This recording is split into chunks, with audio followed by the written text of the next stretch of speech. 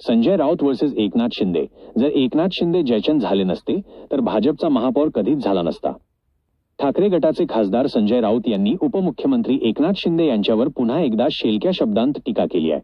शिंदेंच्या बंडामुळेच भाजपला सत्तेचे दरवाजे उघडे झाले असा गंभीर आरोप राऊतांनी केला आहे. त्यांनी शिंदेंची तुलना इतिहासातील जयचंद या पात्राशी करून राजकीय वर्तुळात पुन्हा एकदा खळबळ उडवून दिली आहे.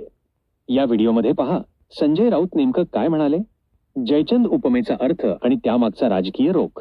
भाजपच्या महापौर पदाचा आणि शिंदेंच्या बंडाचा संबंध काय. महायुती आणि मविया राजकारणातील ताजा कलगीतुरा. महाराष्ट्राच्या राजकारणातील प्रत्येक घडामोडी सर्वात आधी पाहण्यासाठी आवाज माझा ऑफिशियलला सबस्क्राईब करा आणि बेल आयकॉन दाबा. आमच्या हातामध्ये सत्ता आणि एवढा पैसा असता तर भाजपला सुद्धा देश टिकवता येणार नाही आणि फडणवीसांना मुख्यमंत्रीपद टिकवता येणार नाही आणि एकनाथ शिंदेना त्यांचं जे पद आहे ना ते पद टिकवता येणार नाही. आम्ही आमचे 60 नगरसेवक फोडले. शिवसेनेचे विद्यमान 60 नगरसेवक फोडले. त्यातले 90% पराभूत झाले. तुम्ही कोणतेही नाव सांगा, मी तुम्हाला आता मतदारसंघ सांगतो. बहुतेक सर्व नगरसेवक जे आम्हाला आमच्याकडून फोडले, शिंदेकडे गेले, ते सर्व पराभूत झाले. आम्हाला दोघांना मिळून म्हणजे माननीय राज ठाकरे आणि माननीय उद्धव ठाकरे यांना मिळून आम्ही 71 जागा जिंकलो. या सर्व प्रतिकूल परिस्थितीत मराठी माणूस आमच्या मागे ठामपणे उभा राहिला. त्याच्यामुळे हे प्रश्न निरर्थक आहे. 71 जागा या परिस्थितीत जिंकणं ही मोठी अचिव्हमेंट आहे. ठीक आहे, सत्ता नाही. पण मी कालच एक समाज माध्यमांवर ट्विट केलेलं आपण पाहिलं असेल. एकनाथ शिंदे जयचंद झाला नसता. जयचंद माहिती आहे ना? हां, ज्याने महाराणा प्रतापचा घात केला. एकनाथ शिंदे जयचंद झाला नसता तर या भाजपच्या 100 पिढ्या उतरल्या असत्या तरी या मुंबईवर भारतीय जनता पक्षाचा म्हणजे महाराष्ट्र द्वेष्ट्यांचा महापौर बसला नसता आणि झेंडा फडकला नसता. एकनाथ शिंदे आणि त्यांच्या लोकांनी जी जयचंदगिरी केली, मला तर तो प्रसंग आठवतो आहे. शनिवार वाड्यावरचा जरीपटका उतरवला.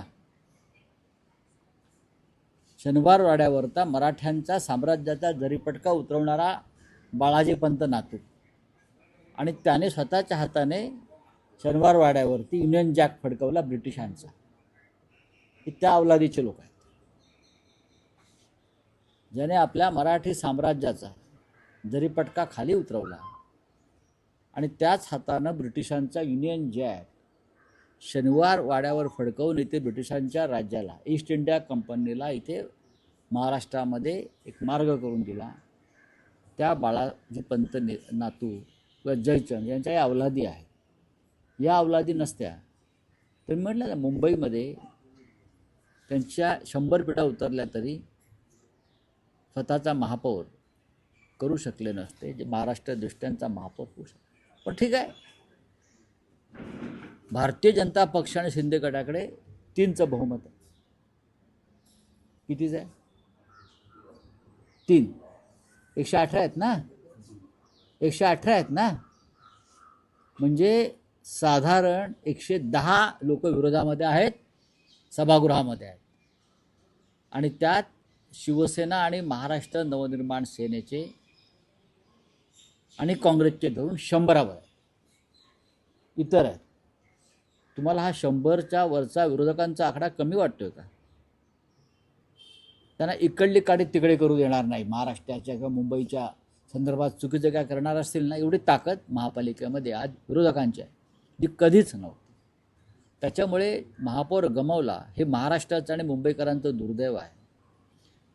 आणि जयचंदाला मी एवढंच सांगू इच्छितो, हिंदुहृदय सम्राट शिवसेना प्रमुख बाळासाहेब ठाकरे यांच्या जन्मशताब्दीचं वर्ष 23 तारखेला सुरू होतं आहे आणि त्या वर्षामध्ये तुम्ही मराठी माणसाशी बेईमानी केली आहे, गद्दारी केली आहे.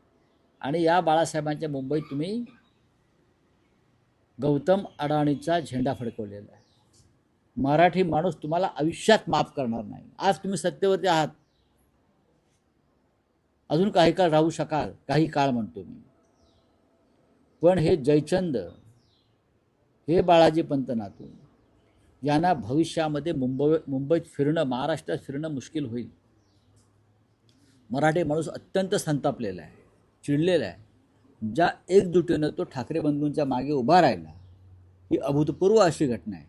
तेव्हा तुम्ही आमच्या 12 जागा, मग मनसे आणि शिवसेनेच्या 12 ते 13 जागा, या 50 ते 200 मताच्या फरकानं दुर्दैवानं पडल्या. 50 ते 200च्या आसपास खूप मोठा संघर्ष आम्ही दिला, सत्तेशी, झुंडशाहीशी आणि पैशाच्या ताकदीशी. तरी आम्ही या स्थितीपर्यंत आलो की आम्ही तुम्हाला महापालिकेत चुकीचं काम करण्यापासून रोखू शकतो. त्याचबरोबर संपूर्ण महाराष्ट्राचा विचार केला तर सर्वाधिक जास्त सत्ताधारीमध्ये भाजपला फायदा भारतीय जनता दादा पक्ष आणि शिंदे यामध्ये मागे पडले. पण राऊतसाहेब, जवळपास 2,500 नगरसेवकांपैकी 1450 नगरसेवक भाजपचे निवडून बघा, आलेले. भारतीय जनता पक्षाच्या जागा जिंकल्या मोठ्या प्रमाणात, याबद्दल आम्ही त्यांचं अभिनंदन करतो. लोकशाही आहे, हातात सत्ता आहे. कालच मी अखिलेश यादव यांचं एक वक्तव्य ऐकत होतो, बरोबर ना? अखिलेश यादव यांनी सांगितलं, ज्याच्या हातामध्ये सत्ता असते, ज्याच्या हातामध्ये प्रचंड सत्ता असते त्या राज्याची, त्यांच्याशी स्थानिक स्वराज्य संस्थांच्या निवडणुकासंदर्भात लढा देणं सोपं नसतं. ज्याच्या हातात सत्ता असते तेच स्थानिक स्वराज्य संस्थांच्या निवडणुका मोठ्या प्रमाणात जिंकतात.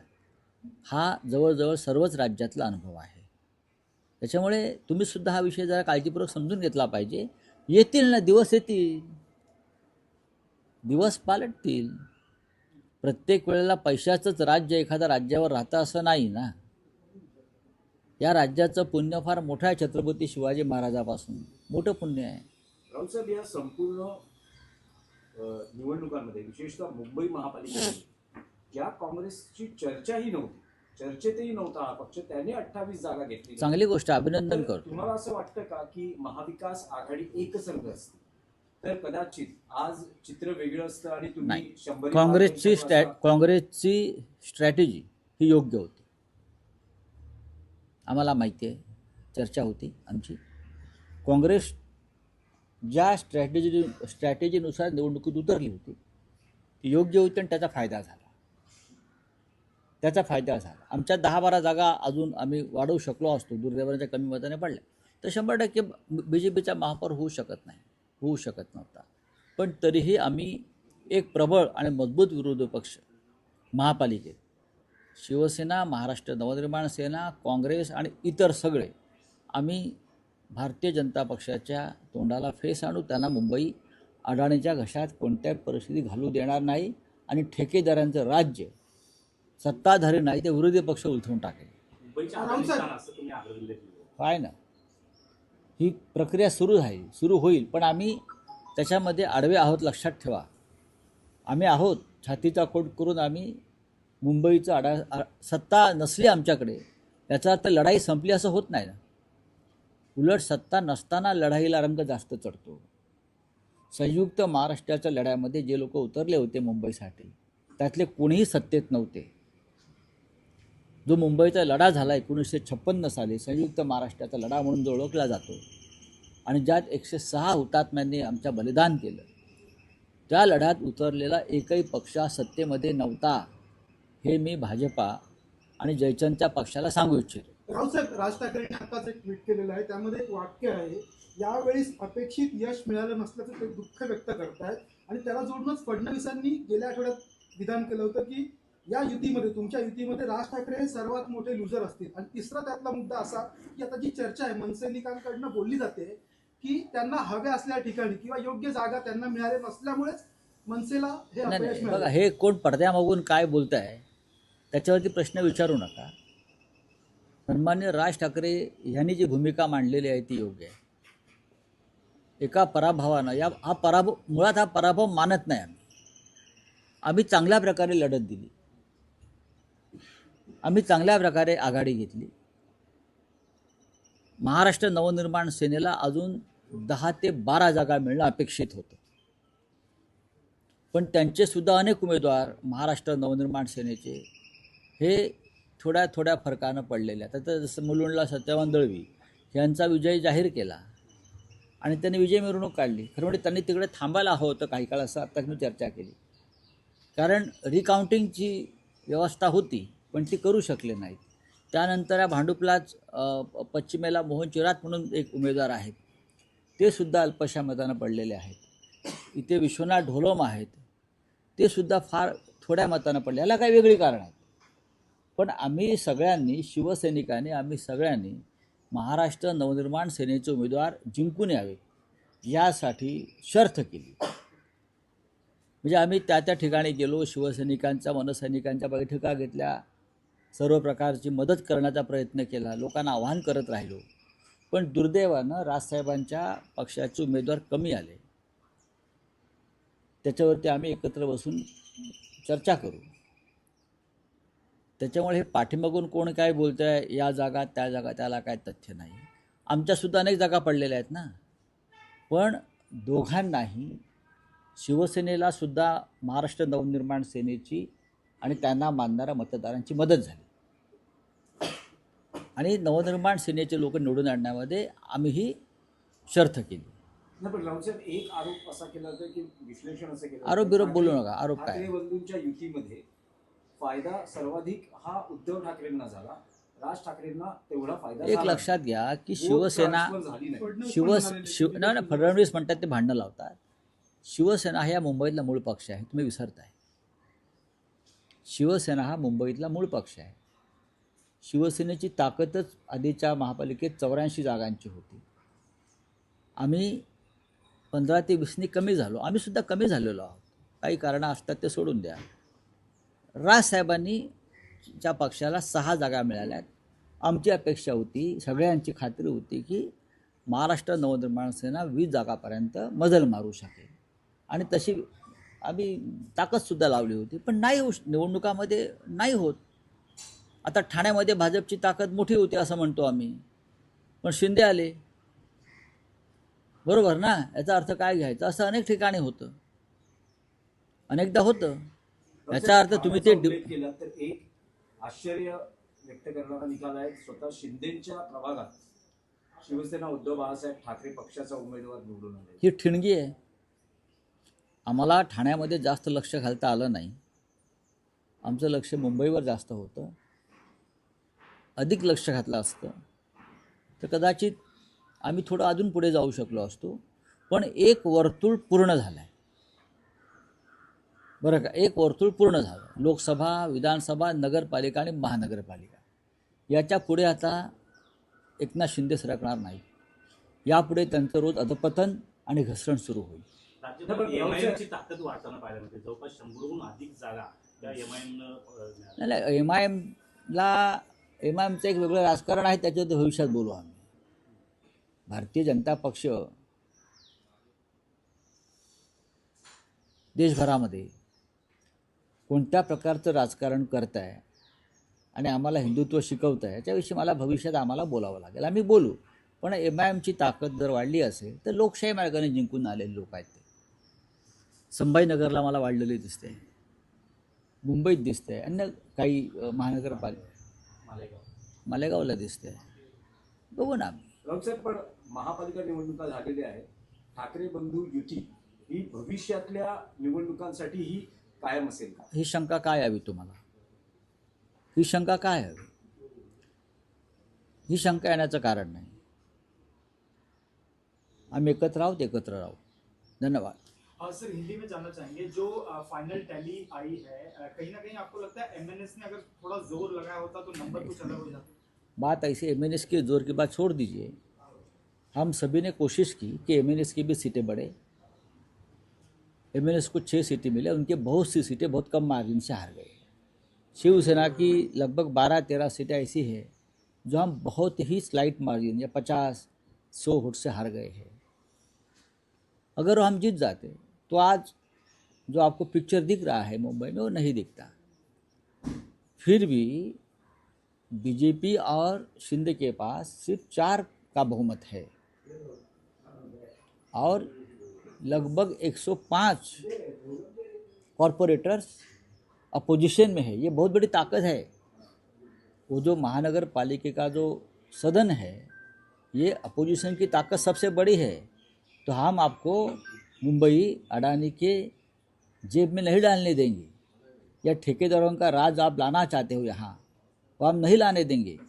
100 से ज़्यादा हमारे जो पार्षद हैं वो आपको हर मोड़ पर रोकेंगे जब आप ऐसा काम आप करेंगे। बहुत बड़ी ताकत है ये। ठीक है, मेयर नहीं, लेकिन हमारे पार्टी में कुछ जयचंद थे। अगर वो जयचंद नहीं पैदा होते तो भारतीय जनता पार्टी के 100 पुरखों की भी यहाँ तादाद आती, तो भी यहाँ मुंबई में बीजेपी का मेयर नहीं बन सकता किसी था। तरह से कोशिश की जाएगी आपके पार्टी का मेयर बने, जोड़ तोड़ नहीं, हम अभी कुछ नहीं करेंगे। किसी तरह का? जोड़ तोड़ पर हमारा विश्वास नहीं है, लेकिन हमारे पास बहुत बड़ा आंकड़ा है, बहुत बड़ी संख्या है। अपोजिशन के पास एक ऐसा आंकड़ा है, हम कभी भी तख्तापलट कर सकते हैं, लेकिन हम डेमोक्रेसी का आदर करते हैं, लोकतंत्र का आदर करते हैं। कैलकुलेशन कहाँ मिस जजमेंट हो रहा है? नहीं, हमारे 10 या 12 से ज़्यादा जो हमारी सीटें हैं वो बहुत कम मार्जिन से हार गए। इसलिए हार गए कि जिस तरह का मतदान जब चुनाव के दिन जिस तरह का माहौल था, लोगों के नाम कट गए, ईवीएम मशीन बंद पड़ गई, ये हो गया, उससे लोगों में थोड़ा सा हमारा वोटिंग परसेंटेज कम हो गया। नहीं तो हम ज़रूर जीत जाते। और सर, जिस तरह से देवेंद्र फडणवीस की जो छवि बन के सामने आई है विकास पुरुष की, कहीं ना कहीं उसका फायदा होते हुए नजर आया है। अब उनके दिमाग में प्रधानमंत्री बनने का ख्वाब है। दिल्ली में जाकर प्रधानमंत्री की कुर्सी पर विराजमान होने का जो उनका जो ख्वाब है, उस दिशा में वो जा रहे हैं। आप उनको श्रेय देंगे, क्योंकि हमने देखा था पिछली बार जब बीएमसी के चुनाव हुए थे 2017 में और उससे पहले, तो बड़े बड़े नेता सीएम वगैरह यहाँ पे आए थे, पर इस बार ये सब दिखा नहीं। ऐसे लगता है कि सिंगल नहीं, इस बार ऐसा था कि उनको लगता था कि हम मुंबई जीत नहीं पाएंगे। उनको पूरा विश्वास था मुंबई जीत नहीं पाएंगे, और मुंबई उसने जीती भी नहीं है। ये टेम्पररी फेस है। मुंबई इस तरह से आप जीत नहीं सकते। मैंने कहा ना कि हमारे पार्टी में जयचंद बनाकर आपने शिवसेना तोड़कर पहली बार मुंबई में आपका मेयर बिठाना का सपना आपने पूरा किया है। बाकी कुछ नहीं। अगर जयचंद नहीं होता तो बीजेपी कोई आसान नहीं होता। आपने जयचंद का जिक्र किया, तो कहीं ना कहीं एकनाथ शिंदे का जो वर्चस्व है वो कहीं ना कहीं इस चुनाव में कम होते हुए नजर आ रहा है। नहीं, अभी ये चुनाव के बाद एकनाथ शिंदे का अधपतन शुरू होगा। अब एक सर्कल पूरा हो गया है, और वो सर्कल पूरा हो गया है महानगर पालिका चुनाव तक। लोकसभा, फिर विधानसभा, फिर नगर पंचायत, और फिर अब महानगर पालिका। अब बीजेपी को उनकी ज़रूरत नहीं है। सर, एक और सवाल है, पीएमसी और पिंपरी चिंचवड के बाद जो नतीजे आए हैं, शरद पवार और अजित पवार को काफी सेटबैक वहां देखने में आए, क्योंकि एक पूरा वन साइडेड दिखाई दिया है।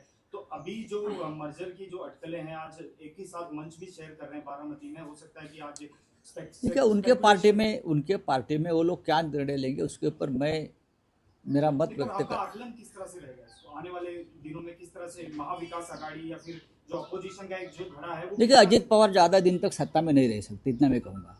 जिस तरह का माहौल पुणे और पिंपरी चिंचवड में सरकार के खिलाफ बनाया था, देवेंद्र जी के खिलाफ बनाया था, तो भारतीय जनता पार्टी के मन में अजित पवार के लिए खटास है, एक गुस्सा है। ज़्यादा दिन तक अजित पवार मुझे नहीं लगता है कि सत्ता में बैठेंगे। वो फिर उनकी घर वापसी होगी, और दोनों पार्टी एक साथ, चाहे मर्जर हो या एक साथ वो काम करेंगे, ऐसा मुझे लगता है। और शिंदे को भी जाना पड़ेगा, क्योंकि अगला विधानसभा का चुनाव भारतीय जनता पार्टी शिंदे के साथ लड़ने नहीं जा रही है, शायद लोकसभा में। आपने अगले विधानसभा का जिक्र किया, आप लोग का किस तरह से कैलकुलेशंस होगा, यूबीडी, शिवसेना और एमएनएस आने वाले? अभी देखो, आज नतीजे आए हैं। 1-2 दिन में राज साहब, उद्धव साहब, हम सब लोग बैठेंगे। ये फैमिली मैटर है, शायद आज भी हम उनसे मिल सकते हैं, उनसे बात करेंगे ना। हमारे बड़े नेता हैं, तो उनसे बात करेंगे। जेपी के चुनाव साथ में लड़ेंगे, जिला परिषद के जो अभी देखेंगे, जिला परिषद के आएंगे चले जाएंगे। राव साहब, एक सवाल और है, इंटरनेशनली पूछा जाए तो जिस तरह से जो डोनाल्ड ट्रम्प लगातार कह रहे हैं इंडिया पाकिस्तान का युद्ध उन्होंने रुकाया, कल फिर से उन्होंने जिक्र किया, और ग्रीनलैंड को लेके उनका रुख काफी ये रहा है कि अगर ग्रीनलैंड को लेके कोई अपोज करता है तो उसके बात ऐसी है कि पाकिस्तान के प्राइम मिनिस्टर मिस्टर शरीफ जो है, शहबाज शरीफ, वो ट्रम्प जो कह रहा है कि हम युद्ध रुकवाया, शरीफ उनको मान्यता दे रहे हैं। जी हाँ, प्रेसिडेंट ट्रंप ने हस्तक्षेप किया, तो अब हमारे प्राइम मिनिस्टर ने मुंह खोलना चाहिए ना। लगभग 100 से ज़्यादा बार प्रेसिडेंट ट्रंप ये बोल चुका है कि मैंने मोदी को धमकी दी व्यापार बंद करने की, ट्रेड बंद करने की, मैंने मोदी को धमकी दी, मैंने मोदी के ऊपर दबाव डाला। अगर दबाव नहीं डाला है तो ये हमारे प्राइम मिनिस्टर का कर्तव्य है कि देश के सामने आकर बताइए कि मैंने प्रेसिडेंट ट्रंप का दबाव नहीं माना है, मैंने अपने आप युद्ध को रुकवाया है। हम तो लाहौर तक जाने वाले थे, लेकिन अचानक मुझे लगा कि लाहौर तक नहीं जाना चाहिए। उसमें प्रेसिडेंट ट्रंप का कोई हस्तक्षेप नहीं है।